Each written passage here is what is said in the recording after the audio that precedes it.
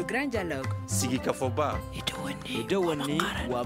grand dialogue, l'émission de débat du studio Tamani sur votre radio. Sigika Foba. Le grand dialogue.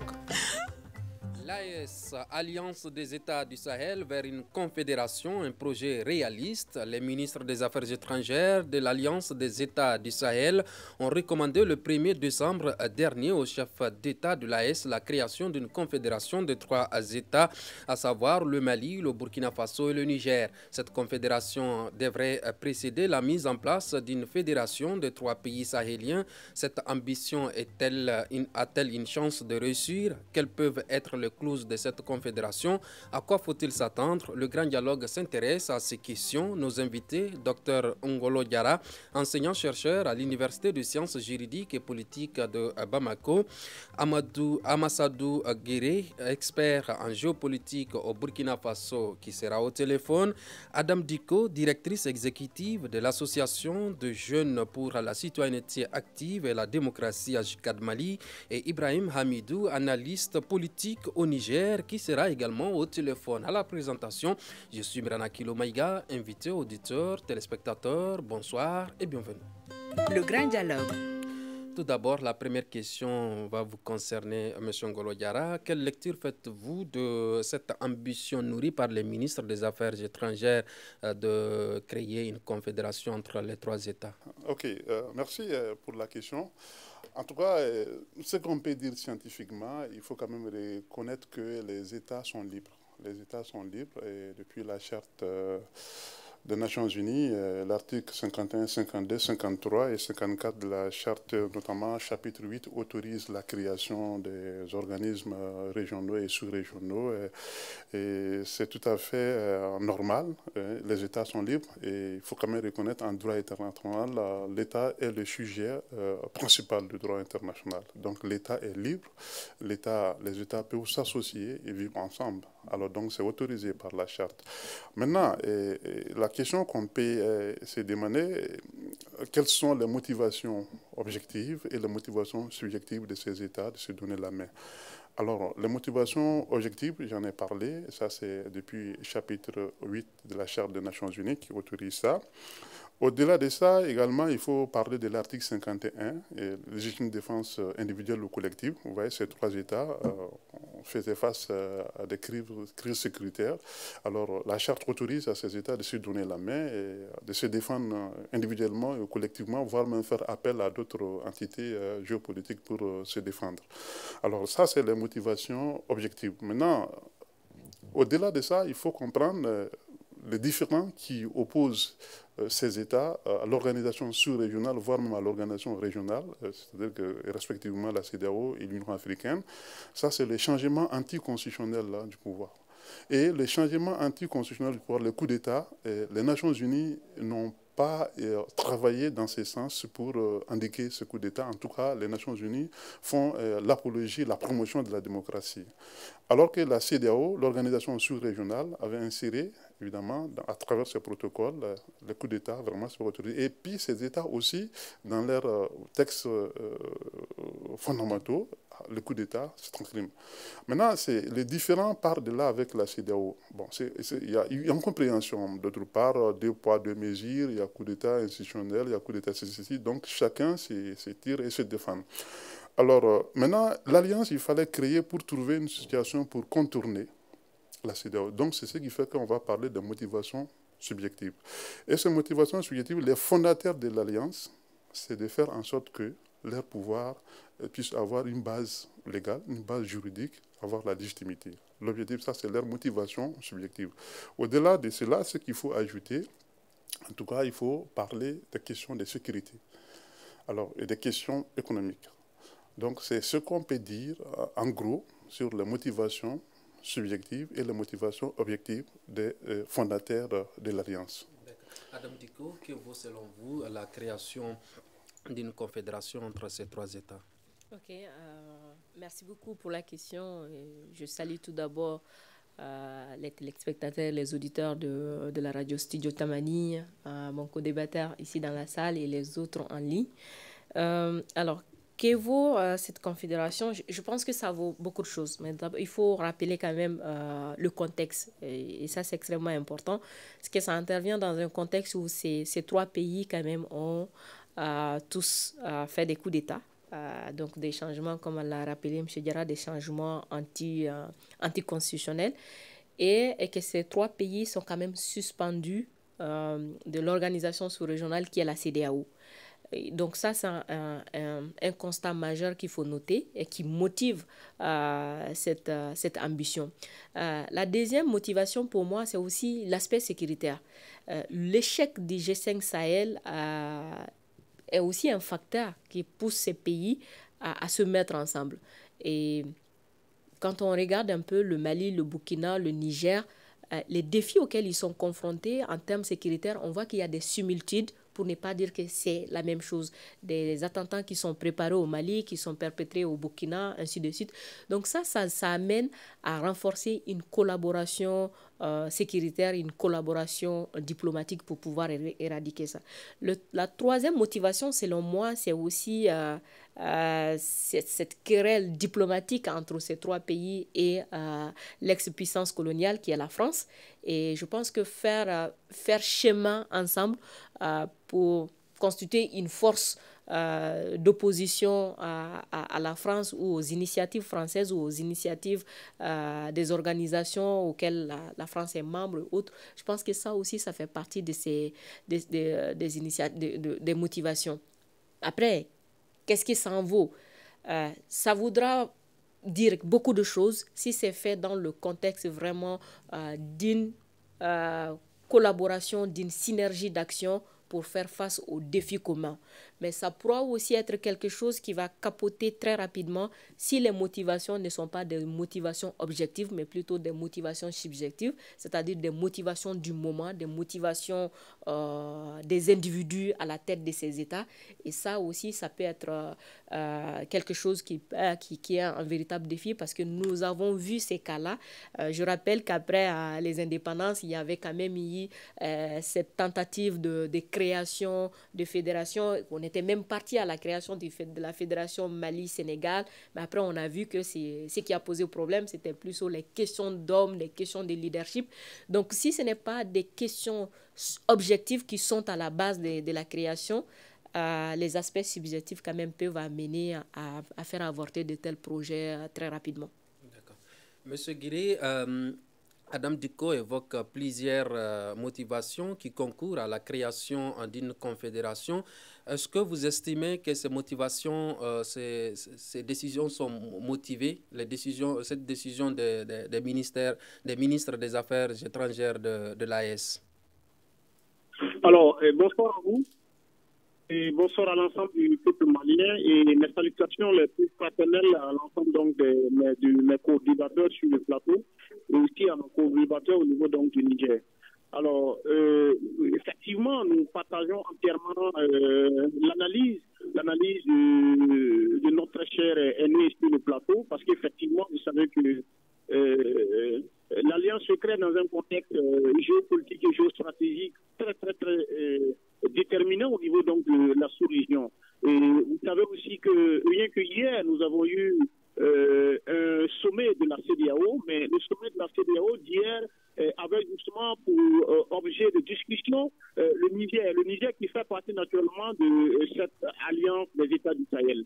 Et il s'agissait justement pour ces trois pays, à savoir le Burkina, le Niger et le Mali, de non seulement mettre en place une initiative pour non seulement se solidariser, mais aussi pour contrer des éventuelles décisions de la CEDEAO qui pourraient naturellement aller contre donc, les intérêts donc, de ces trois différents pays. Et aussi, vous voyez que la dynamique actuelle au niveau du Mali, la dynamique actuelle au niveau du Burkina et la dynamique actuelle au niveau donc, du Niger constituent justement ont des liens purement stratégiques et aussi ont des liens.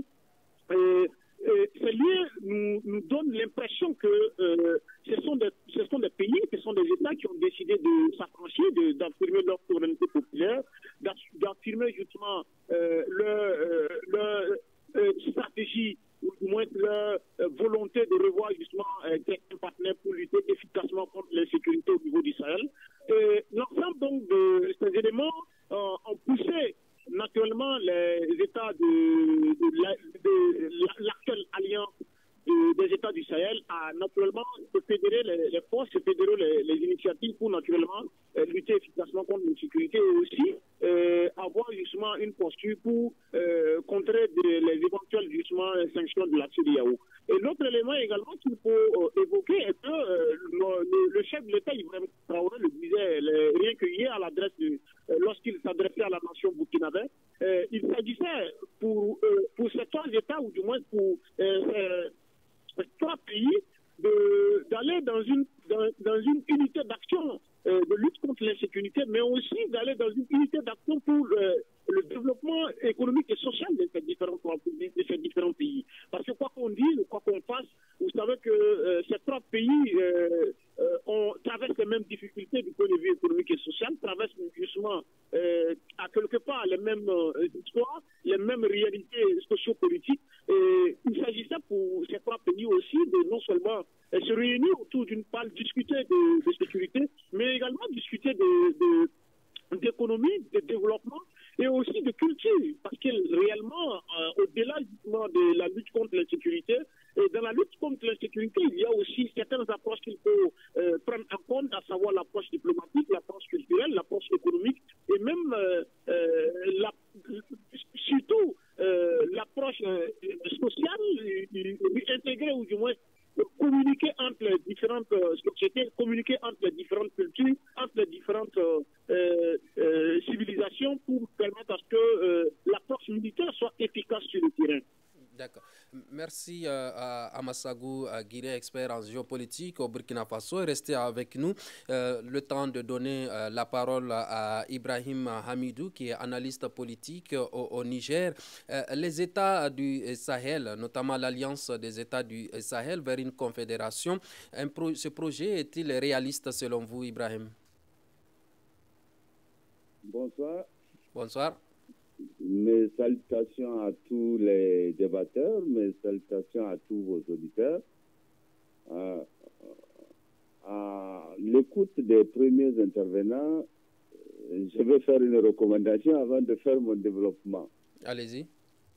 La recommandation, c'est qu'au niveau des trois pays du Sahel, je pense qu'il y a un véritable travail d'explication et de communication à faire pour que tout un chacun comprenne les enjeux de ce problème-là, de cette question de création de l'Alliance des États du Sahel.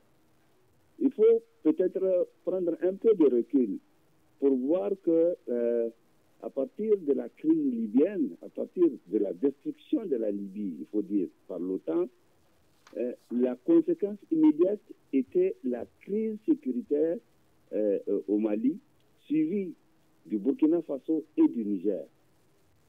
Et comme tout le monde l'a vu, il y a un pays qui s'est engagé, soi-disant, pour aider à la résolution de la question sécuritaire.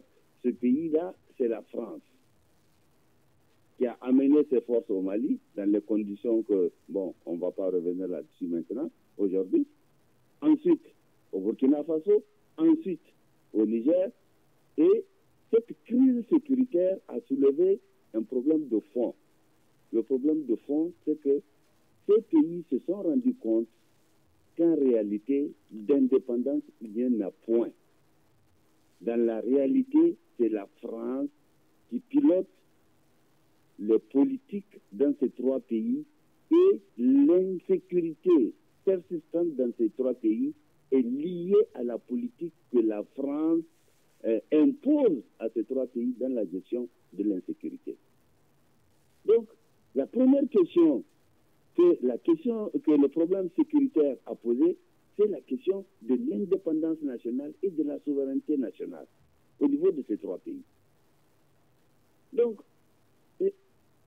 les trois pays ont compris, et le Mali vient d'en faire la démonstration avec la reconquête de Kidal, que tant que c'est la France qui dicterait leur politique sécuritaire, pas que, même dans le domaine économique, tant que la France continuera à avoir de l'influence dans la gestion de ces États-là, il n'y aura ni paix, ni développement. Pire, c'est que, quand vous observez au niveau de ces trois pays, c'est l'existence de ces pays en tant que tel qui était menacée. Donc, vous estimez qu'avec cette alliance, les pays sans la considération de la France peuvent se développer? C'est ce que vous tentez de dire? L'alliance, pour moi, elle se justifie d'abord par une question existentielle. D'abord. Par une question existentielle d'abord. Parce que l'insécurité telle que nous la vivons, telle que nous l'avons vécue, tant que la France était là, elle était partie pour durer et probablement pour aller vers la cassure géographique de tous ces États-là. Donc, la question, la reprise en main de ces pays, et vous avez constaté que chaque fois que les pays-là ont chacun décidé de prendre les choses en main, dans le monde entier, le seul pays avec qui ils ont des problèmes, c'est la France, qui était la puissance colonisatrice et qui est la puissance néocolonisatrice aussi. Il ne faut pas l'oublier. D'accord. Mais est-ce que vous estimez que ce projet est réaliste? Mais il est vital, il est plus que réaliste, il est vital. C'est une question d'indépendance, de conquête, de reconquête de l'indépendance et de la souveraineté de ces États. Seuls ces États restent fragiles. D'accord. Vis-à-vis de la puissance française et de l'OTAN dans laquelle se trouve la France. D'accord. Se mettre ensemble, c'est d'abord défendre l'indépendance et la souveraineté de ces États. Ils se mettent ensemble pour décider eux-mêmes de ce qu'ils doivent faire dorénavant. D'accord. Ok, vous aurez la parole. Vous aurez la parole bientôt. Docteur Ngolo Diarra, vous venez d'entendre notre collègue. Est-ce que vous estimez cette recommandation, c'est d'ailleurs une recommandation des ministres des Affaires étrangères, est-ce que vous estimez qu'il existe une forte chance que cette recommandation soit adoptée par les chefs d'État de l'AES? Oui, encore bonjour et puis bonsoir partout où se trouvent. En tout cas, on les salue beaucoup. Le Niger, à travers eux, on va saluer le peuple du Niger, le peuple du Burkina. Un peuple vraiment qui, en tout cas, ces pays-là ont assez souffert, avec des difficultés de tout le temps, de tout moment. Le Niger, j'ai beaucoup de respect au peuple nigérien. C'est un pays qui a été trop maîtrisé pour des coups d'État. Diori Amani, Ali Cheibou, Ibrahim Baye Manassara, IBM, à son âme, qui a été sauvagement abattu par ces gardes rapprochés. C'est des pays qui ont assez souffert. Le Burkina Faso, c'est pareil. Le Mali, c'est encore compliqué. De toutes les façons, les États sont libres de chercher à se coopérer, de chercher à vivre leur espace vital. C'est comme ça, c'est le droit de la légitime défense de leur part. Alors, dire que est-ce que ça va être une réalité ou autre, les États sont libres. En tout cas, il y a eu des tentatives à tout moment. Mme Maïga a touché les cas de la fédération et ça s'est terminé. Gamal Abdel Nasser avait tenté avec la Syrie.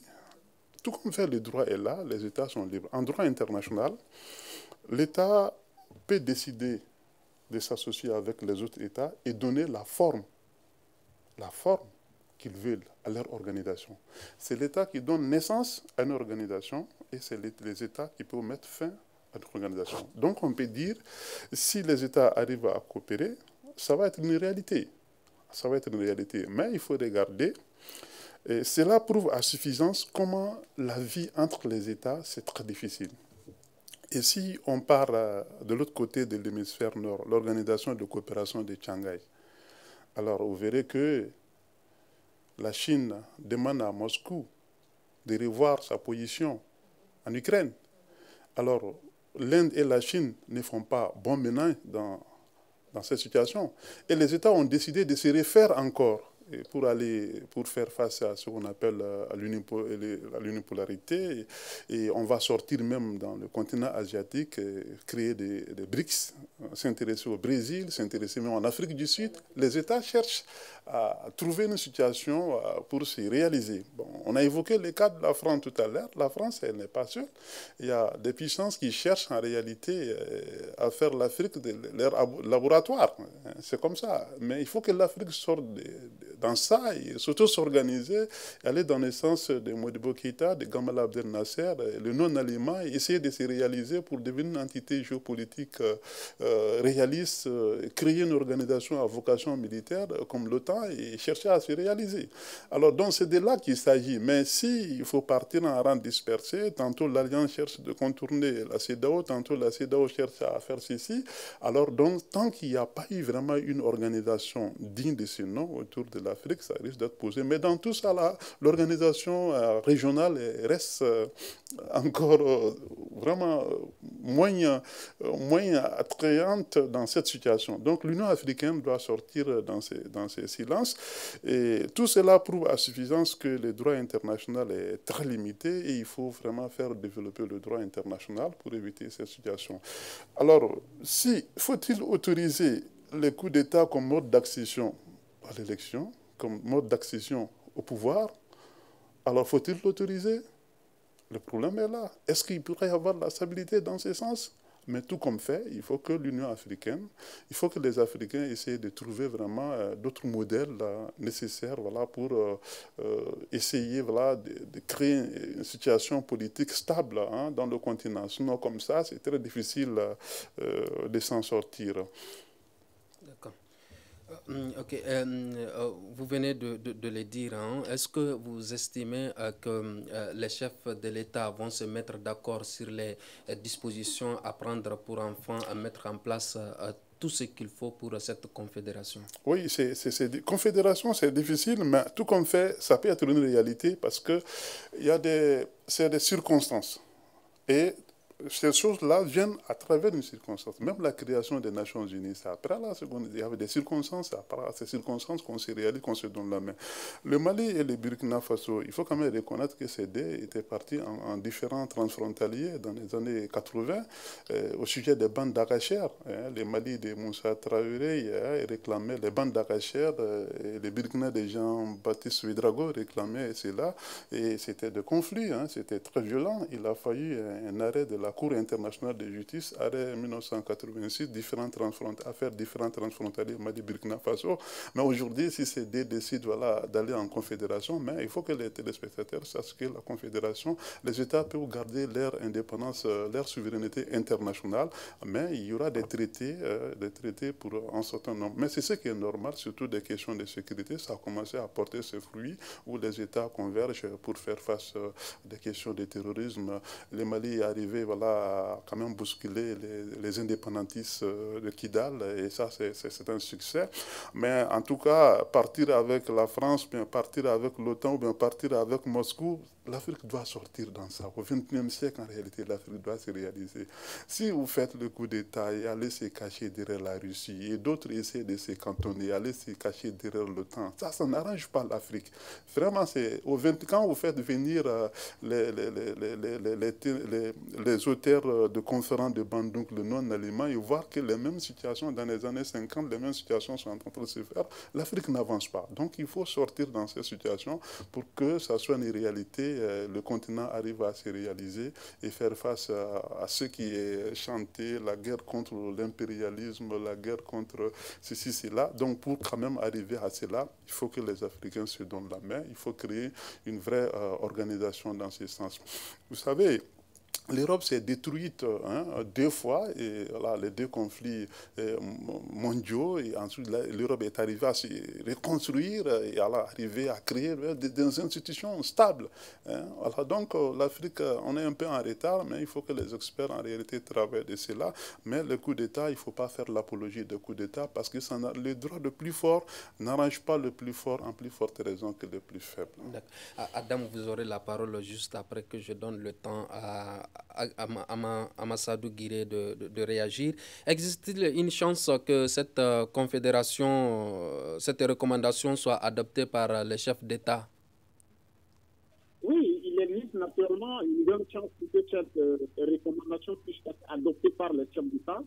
Mais avant, j'aimerais revenir également sur l'intervention du docteur.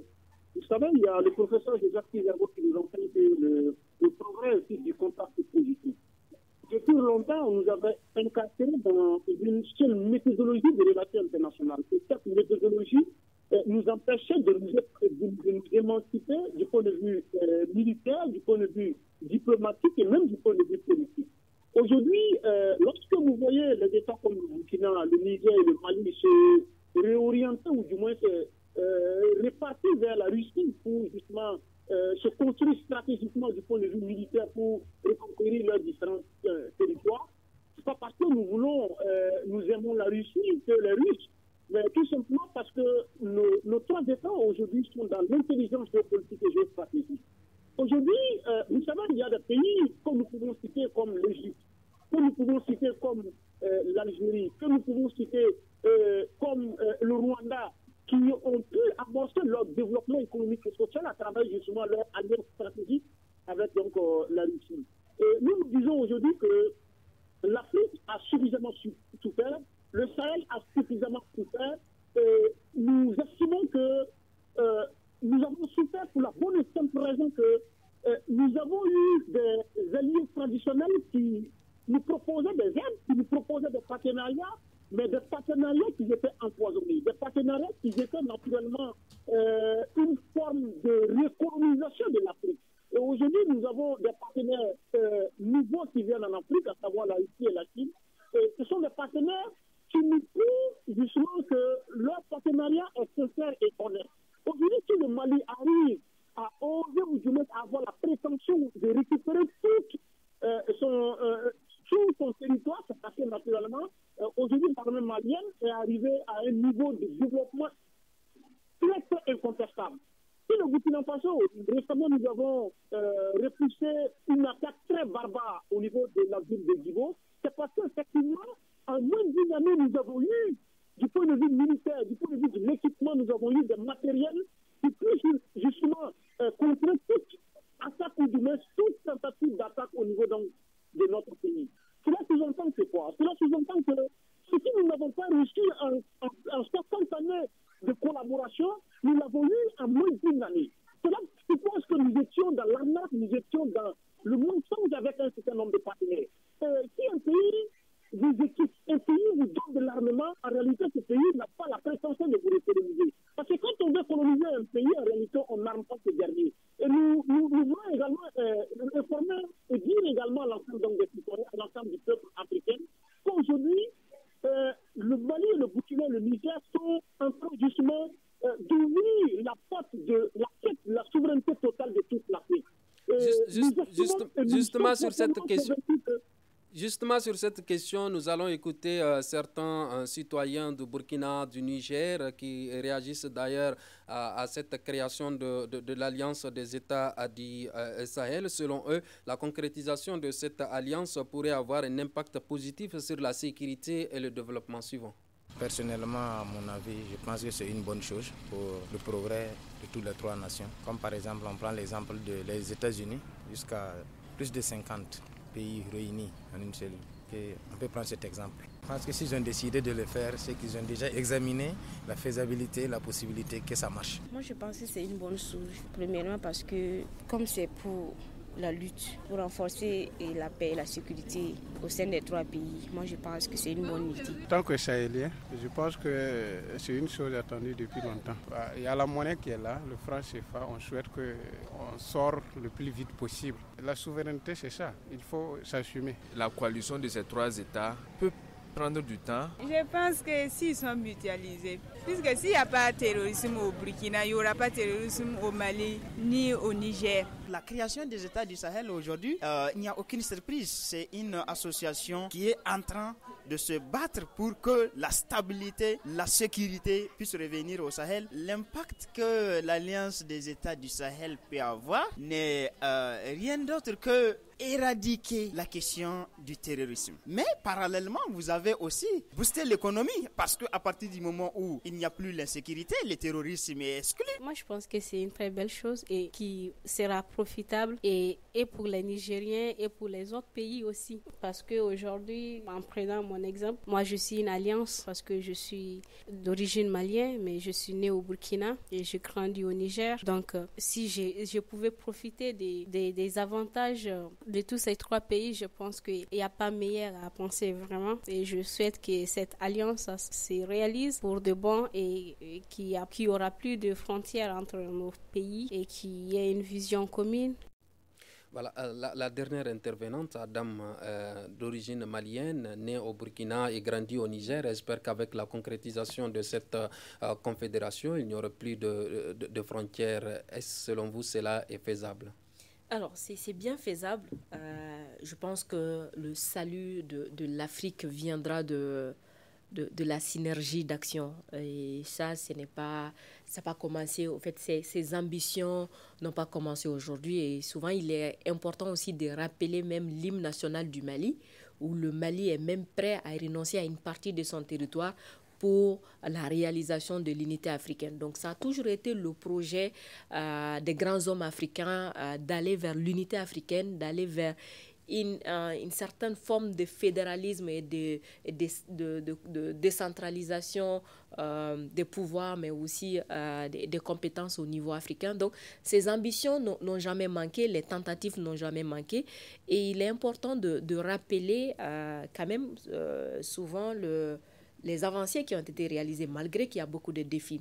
La CEDEAO, c'est vrai qu'il y a beaucoup de défis, il y a beaucoup de choses qu'on peut dire sur la CEDEAO, mais il faut reconnaître qu'en termes d'organisation sous-régionale, c'est l'une des organisations qui a quand même réussi à peu près vers cette facilité de circulation, cette liberté de circulation entre les États. C'est pas le cas dans d'autres régions telles que l'Afrique centrale, où entre deux pays frontaliers, il y a des questions de visa et autres. Donc il y a tout ça.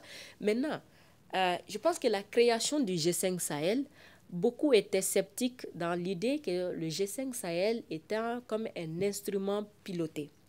Et même les chefs d'État, quand ils parlaient, il y avait plus des propos, il y avait plus des demandeurs, au fait, des chefs d'État qui demandent de l'argent à l'Occident, à l'Europe, pour lutter contre le djihadisme. Et depuis le début de cette crise, la demande forte de la population, c'est que nos militaires, nos autorités puissent prendre la question sécuritaire comme une priorité, mais une priorité nationale. On a toujours dit que ce n'est pas les puissances qui vont venir gérer nos problèmes et qu'il faut que cette ambition soit d'abord des ambitions nationales. Donc la création de cette confédération qu'on souhaite qui va aller vers une fédération peut être le début de ça. Mais attention, parce que comme je l'ai dit, le G5 Sahel, on a toujours eu cette impression qu'il y a l'ombre de la France qui plane. Et ça pose un grand problème. Et il ne faut pas que l'AES aussi soit perçu comme une création avec l'ombre de Moscou, de la Russie derrière, en fait. C'est-à-dire qu'on doit s'affranchir.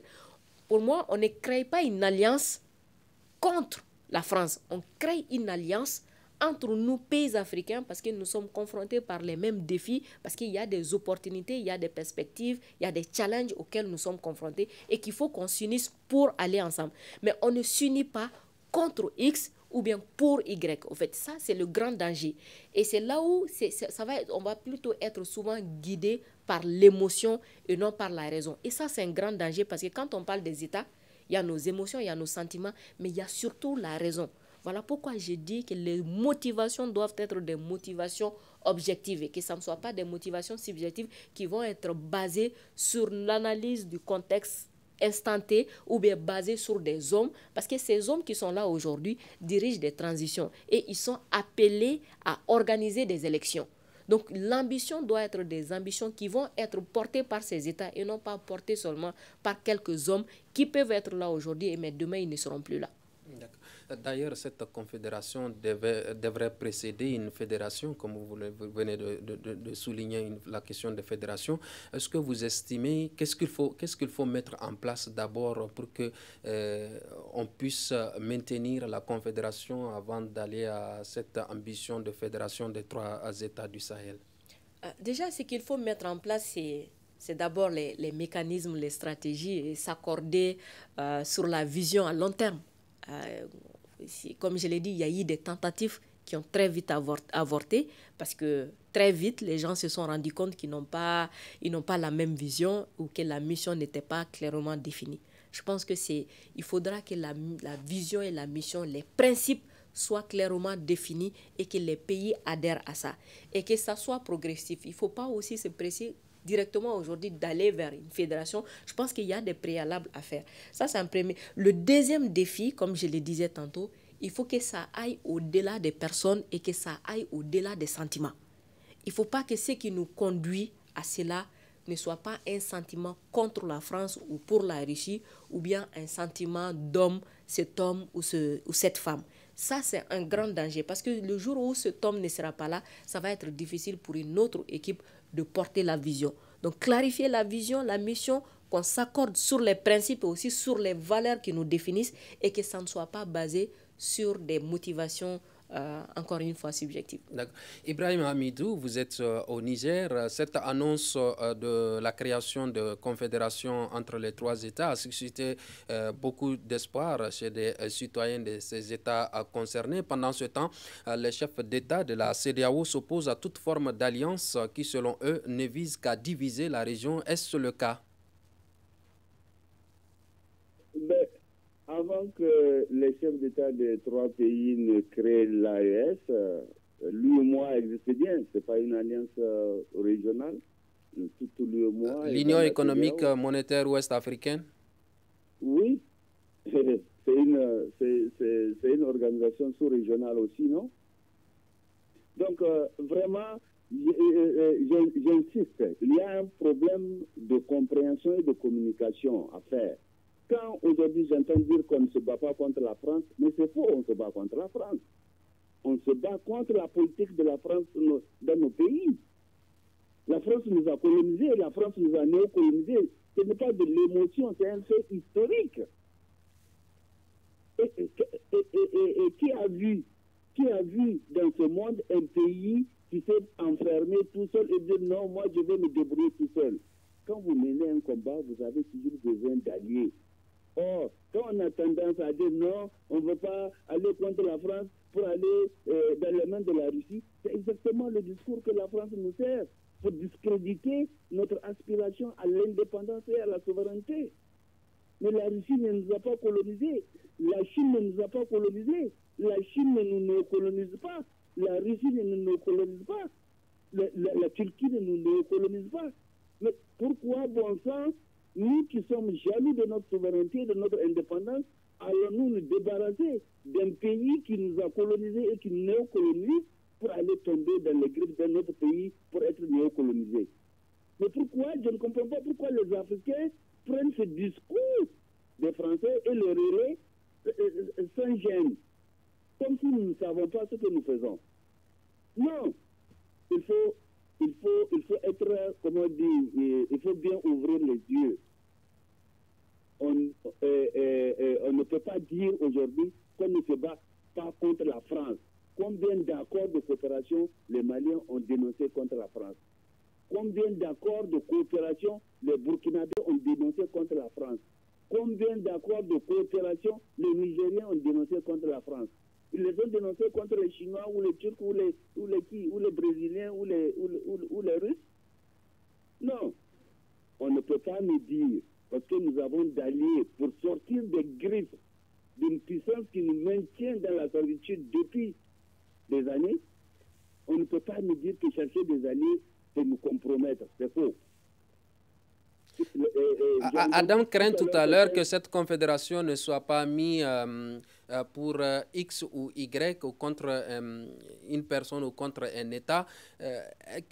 Selon vous, aujourd'hui, est-ce que ces États ont le moyen financier pour mettre en place cette confédération? Mais les États ont les moyens. Ce n'est pas une affaire de moyens financiers d'abord, parce que les moyens financiers, on les cherche. Sinon, les États ont d'abord le mérite d'exister en tant qu'État. Ils ont le mérite d'exister en tant qu'État souverain. Ce n'était pas le cas. Je me rappelle d'un ambassadeur malien qui est parti au Sénat français parler de la Légion française au Mali. Il a parlé mal. Le lendemain, il a été évacué, il a été chassé de la France. D'accord, vous aurez la parole tout de suite. Écoutez, vous donnez la parole à tout le monde, s'il vous plaît. Okay. Donnez-moi un peu plus de temps. Allez-y. D'accord? Voilà. Donc aujourd'hui, moi je pense que tous ceux-là qui pensent que qui mettent la France, la Russie ou la Chine sur le même panier en Afrique, ces gens refusent d'admettre le fait historique que la France a colonisé et néocolonise nos pays. La France contrôle jusqu'à en tout cas l'avènement de ces militaires au pouvoir dans ces trois pays. La France contrôle tout dans ces pays. Et aujourd'hui, je ne veux pas que les gens nous servent aussi, le dogmatisme de la démocratie contre les coups d'État. Ça encore, c'est un discours qui vient d'ailleurs.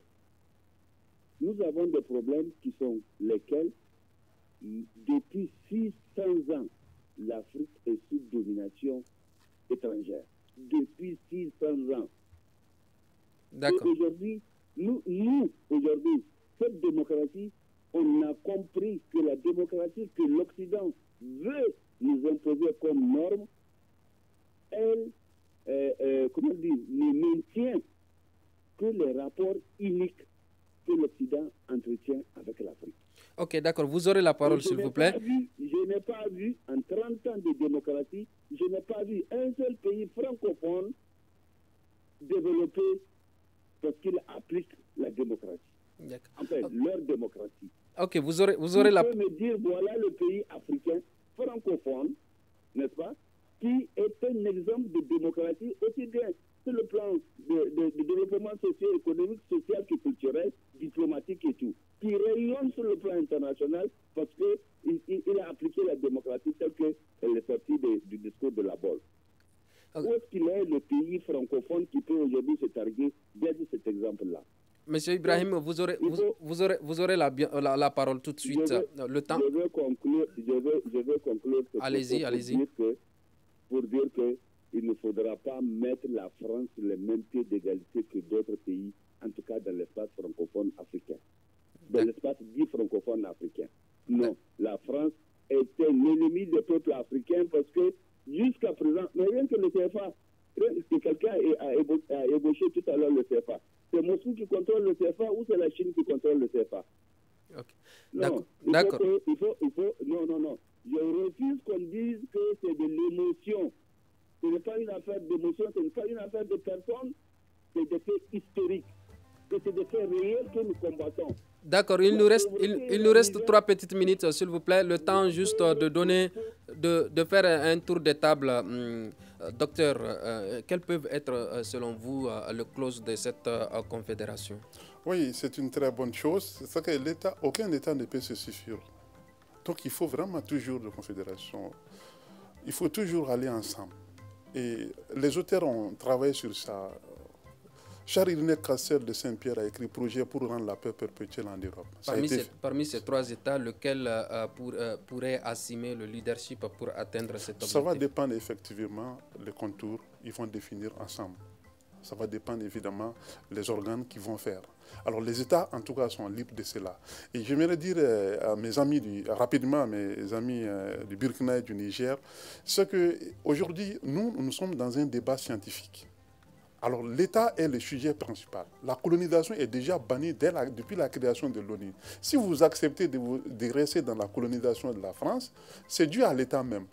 Le Mali aujourd'hui a demandé à la MINUSMA de partir. Le Mali a été écouté. On a donné, ils sont partis. Le Mali a demandé à Paris de partir. Paris a pris ses clics et ses claques. Même si donc c'est comme ça, l'État est libre, on doit se réaliser. Ce qu'on est en train de dire rapidement, ça existait depuis 1970. Alors, est-ce qu'il faut partir avec le bloc occidental ou bien est-ce qu'il faut partir avec les soviétiques? Le débat était là. Aujourd'hui, au XXIe siècle, nous devons faire un débat scientifique. Chercher à ce que l'Afrique soit indépendante. La logique, c'est ça. Donc, il faut s'inscrire dans ce sens, dans un débat scientifique. D'accord, les autres. Monsieur Guiré, vont-ils compter sur des partenaires pour la concrétisation de cette vision? Oui, naturellement, on peut compter sur un certain nombre de partenaires pour la concrétisation justement de cette vision. Mais ça pourrait être lesquels? Les partenaires comme la Russie, comme la Chine, et naturellement comme certains pays comme la Turquie. Et pour revenir sur le docteur disait, vous savez que nous également, nous sommes dans un débat scientifique. Et vous savez, il y a des observateurs très rigoureux qui ont reconnu justement le choix du président malien, du président burkinabé et même du président nigériens comme des choix objectifs, des choix purement scientifiques. Donc le débat, ou du moins le discours que nous tenons, ce sont des discours scientifiques. D'accord. D'accord, il nous reste... Je vais vous dire une chose. Vous savez qu'il faudrait que les vérificateurs africains se décomplètent. Parce que dans l'autre, vous ne tenez pas le discours du système dominant, vous êtes émotif. Mais lorsque vous tenez un discours... Malheureusement, le temps ne nous permet pas de continuer. Malheureusement, le temps ne nous permet pas, Adam, 20 secondes. Quels peuvent être les défis à relever? 20 secondes. Les défis à relever, c'est d'avoir ce défi-là, de sortir de qui est pro, qui est contre. Ça, c'est le premier défi auquel il faut sortir. Il faut sortir de la catégorisation des citoyens et autres. Ça, c'est le premier défi auquel cette configuration va être confrontée. Le deuxième défi, c'est le défi de leadership. Le défi de leadership, de vision, de principe. Oui. Et pour finir, moi, je dirais que la réalisation de l'Afrique viendra de l'unité africaine. L'union est toujours une bonne chose. Merci, c'est sur ce mot de Adam Dicko que prend fin ce grand dialogue qui réfléchissait sur l'AES, l'Alliance des États du Sahel vers une confédération, un projet réaliste. Et nous étions avec Dr Ngolo Diarra, enseignant-chercheur à l'Université de sciences juridiques et politiques de Bamako, Amassadou Guiré, expert en géopolitique au Burkina Faso qui était au téléphone, Adam Dicko, directrice exécutive de l'Association de jeunes pour la citoyenneté active et la démocratie à JICAD Mali, et Ibrahim Hamidou, analyste politique au Niger, qui était également au téléphone. À la mise en onde, Adjaratou Traoré, à la régie vidéo. La régie vidéo est assurée par Ibrahim Sanogo. À la présentation, c'est Imrana Kilomaïga. Merci de l'avoir suivi. À demain pour un autre débat.